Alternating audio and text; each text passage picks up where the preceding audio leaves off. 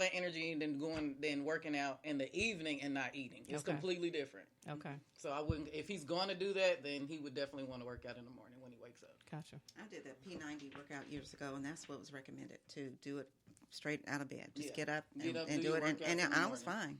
Mm-hmm. You know. So just cardio, because if you're lifting in the morning, wouldn't that you still wouldn't have enough energy if you in the morning lifting? Because I find that if I'm doing a large muscle group, if I'm doing a lot of lunges and weights, lower body, and I don't have enough food, I get dizzy, I get lightheaded. But your key word was you're lifting weights. Right. So my point is, if I could do empty stomach cardio. I can run all day on a treadmill and be fine. Mm-hmm. But if I was trying to lift weights in the morning, that would be need something to I would need something else to do that. So I have another question because this just happened to me. So I've been eating really super clean for the last 2 weeks, like super clean, no sugar, nothing. Oh, I'm proud of you. Yeah, thank you. That's awesome. It's hard. No, that's not an easy thing to do. Yeah. So I had kale. And I had baked chicken. I winked because that's one of her recipes, the best, and she can share that with y'all later. But I had kale and I had chicken, so I ate, and then I went and worked out. And I was lifting a little bit. We were doing lunges and all that, and I got so lightheaded. And I thought, well, I ate really well. I ate before, I ate a couple hours before, but I got so lightheaded. And so should I have had a carb in there somewhere? What was your intensity? Was it like, this is a heavier workout versus what you normally do? It was a heavier workout. Right. Yeah. So that's where the adjustment would have to be. Yeah. And just the carb up just a little bit more. Mm-hmm. And it probably would have balanced it. Right. Okay. And I was also thinking if she even just did a basic whey protein casing, just started off, it's still going to smooth you all the way out, too. That way you could just shake that up and you good. Mm-hmm. And it's still lean because they got light ones too. Right, so you're not really even putting on no weight. It's not a weight gainer. It's just a lean out. And again, it's just like listening to your body. So right. That's what you need to do. Yeah, because you might not even need to drink it out. Yeah, you might not even need to drink it out. You could just be like, I'll taste it out as I was going along with the workout. Listen to the body. Of your age, you may not be able to do what who you're working out with does. Oh, yeah, I can. That's how I am. Oh, yes, and that is a challenge. And it's beautiful that you keep doing that because that's what's going to keep getting you to the next and the next and the other. I'm a competitor. I don't quit. That's good. I know I'm like this. No, she doesn't. So our next question is, hope it's in a lot of why do so many people lose weight but gain even more back? And then we'll take a commercial break in a minute, but we'll answer this question and then we'll go to commercial. Why do so many people lose weight but gain even more back? Well, one of the things that happens after you lose weight, your body doesn't need as many calories as it used to after you've lost the weight. Mm-hmm. And so then when they go back to the way they used to eat, now the weight is coming on even further. Mm-hmm. And our bodies are designed to protect themselves, to heal themselves, to rejuvenate themselves. And so when you start to lower your caloric intake and work out, your body really goes into, survival mode. Mm-hmm. And so it is trying to put that weight back on. And so as soon as you stop whatever that activity is, it's going to come back. And so just like we were talking about before about, some of the mistakes people make is that you have to continue what you're doing. And you have to probably even do more so that you can maintain it. And some people want to, get so far and stop. Mm-hmm. But as far as, when you get to that point, you have to continue on so that weight will continue to stay off. But it does happen. Actually, 80% of the time, people do regain the weight. Well, the show The Biggest Loser, I think that's one of the reasons why they're not on anymore is because most of those contestants were losing the weight, and then they were gaining it back within 6 or 7 months of them losing. Majority of that is exactly just the opposite of what Joyce will be doing with you as a client. She's going to do it in a moderation to where you're losing anywhere from 2 to 3 pounds a week. Mm-hmm. She's not having you lose anywhere from 6 to 7 pounds a week. Mm-hmm. So that is really the problem. Mm-hmm. The problem's in the amount that you are losing in a short period of time. So if you lost a whole lot of weight, no, you didn't give your body enough time to adjust to that. Mm-hmm. To where now, it's okay. It's okay. I know what I need to eat. I know how my workout's supposed to be, and it just kind of came off at a time. But if you drop it, and then you, like she said, you start eating again, and it like doubles or triple. Mm-hmm. I got a different perspective on that. Mm-hmm. Two different ones because I've also had clients that have been with Nutrisystem and these meal planning companies. One of the biggest things is when you're doing this and you're creating the lifestyle change, it's important to become knowledgeable. And that's how Nutrisystem make their money. You're not going to be knowledgeable. They're not going to share that with you. They wouldn't make the money if they share that with you. So when you do that temporarily, they haven't taught you anything. Right. Because that's how they make their money. That's true. So when you no longer know how to do your own meals or none of that, you're going to go back to what you're used to. The second thing was I've also learned, because I also have clients that may be dealing with emotional things. If you're an emotional eater, sometimes you have to deal with those emotions. That's good. While you're going through this journey, because if you're an emotional eater, you're going to just binge. Up a different habit. Yes, you're going to binge. Else to reach for. So you have to find a different outlet, and seek the professional help that you need so that you can actually do this journey properly and let it stick. Because, if you're an emotional eater, it's not going to last if you haven't dealt with the things that and you could be at a stressful job. It could be anything. It doesn't necessarily have to be personally emotional. Right. It could be a stressful job. All of those things are a factor. Have you had clients who have had either gastric bypass surgery or the sleeve? Yeah. It's the same thing that happens. Like they lose the weight initially, and then they end up gaining it back. I have experienced that. Okay. Yes.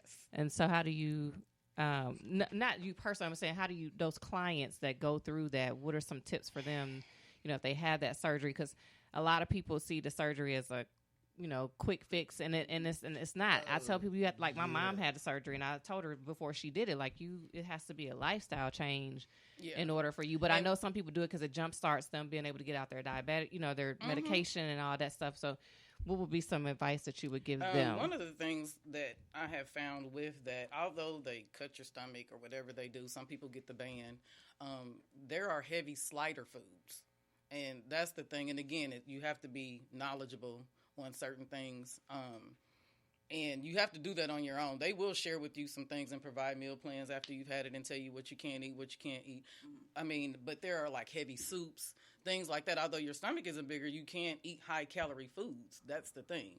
So oftentimes gaining that weight back, although you no longer have a big stomach, you can still eat high calorie foods, and that's what actually happens. Because they haven't dealt with, again, the emotional part of it. Because oftentimes weight gain is because of emotion. Sometimes it's caused by emotions. It could be caused by genetics, or this is what you just know your whole life, and everybody in your family is, also, obese as well. But if it's a pattern, then there's something there that has to be broken. And with you being a certified nutritionist, I know once they go through that surgery, like their whole body just changes from, being able to absorb vitamins and all that good jazz. So is there any advice you would give someone who, now they're just kind of really focusing on putting their life back together from that standpoint, because they can't even, their nutrition, just the nutrition piece of it is totally different now. So yeah, because one of the things that I have, speaking with my clients, the taste buds have even changed. So some of the foods that they don't even like anymore. So, and it doesn't apply to everybody. Well, I'll say if you haven't eaten something in probably about like a good 4 to 5 weeks, and let's say no grease. Let's just leave it basic as that. And then let's say you pick up a piece of chicken, you're gonna taste all of the grease in it. And the skin is gonna separate from the meat, and you're gonna taste it in your mouth, and you're gonna be like, dang, this used to be really good. Well, Popeyes didn't change. It was you. It was you that So changed. that's when I say, if you give yourself a good 4, 5, or 6 weeks to like get that out of your taste buds, you're gonna have a new taste buds. So it's just, can you adjust them and keep them clean without all of that extra salt and all of that extra seasoning, and like let's just say a real fried pork chop type thing. So yeah, you're gonna be tasting something. It's gonna be so salty to you, like I can't even enjoy to eat it. So therefore, sometimes like I would tell a lot of my clients that I know was really struggling with, I just gotta eat what mama cooked, or when I'm over at family's house, here, just cut a piece, taste it. That way you see you didn't miss nothing. That way, Right. that way, yeah, You're not depriving because yourself. because then the food is gonna keep playing that mental game with you. Like, dang, Absolutely. I'm left out. Dang, I'm tired of this diet. Yeah, then so you can have it. Gonna be over Yeah. And all of that's playing in your head, and it's not even real. Yeah. It's really not even real, because once you Yeah. just cut off a little piece, you be like, dang, I can't even taste all of this just grease and Yeah. overly seasoned, salty stuff on a fry and all that.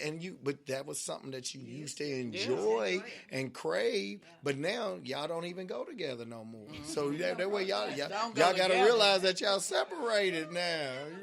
And that's interesting that he just mentioned that, 'cause that just reminded me of how one of my clients shared that they had to actually change their circle of friends because they clubbed, alcohol drinking, And that's all they gonna eating serve. every week. That's and all when they you're gonna trying serve. to Ain't nothing change else them, on the they're menu. not. You have to change your circle. If they can't respect what you're doing, which they didn't, she had to change her circle. That's good.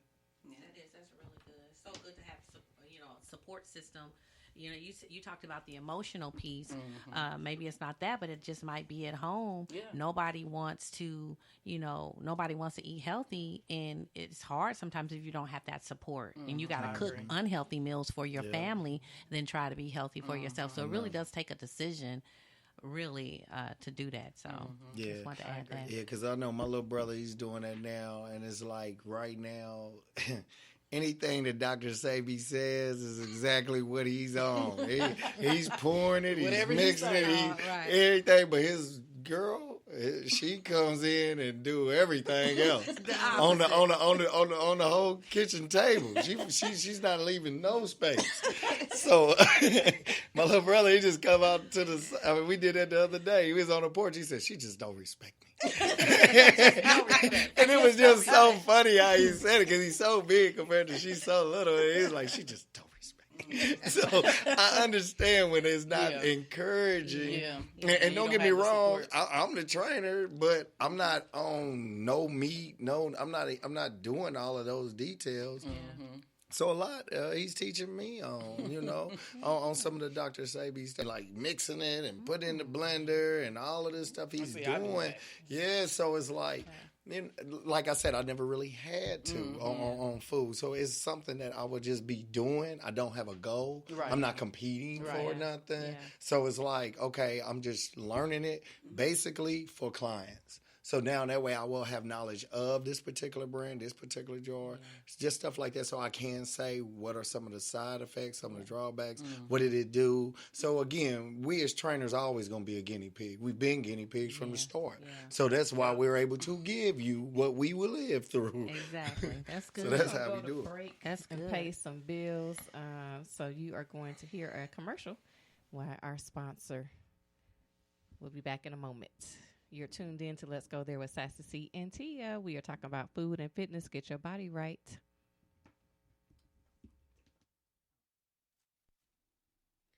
Have you ever experienced the stress of dealing with a loved one during a disability or seen the chaos after the death of someone who's died? Well, Norton Estate Planning and Elder Law Firm specializes in helping guide families through such traumatic events. They're committed to helping individuals create a personalized estate plan that meets their expectations. The firm is comprised of individuals that believe in education, maintenance, and collaboration. They believe that estate planning should focus on providing you with a plan that reflects who you are, maximizes your control during life, protects you and your wishes in the event of a disability, and provides the instructions for carrying out your legacy at your death. If you're in need of wills, trusts, powers of attorney, guardianship assistance, Medicaid services, or probate administration, contact their office today at 317-572-8696 or visit their website at www.estateplanners.org. Norton Estate Planning and Elder Law Firm is committed to protecting your dignity and securing your legacy. And we are back.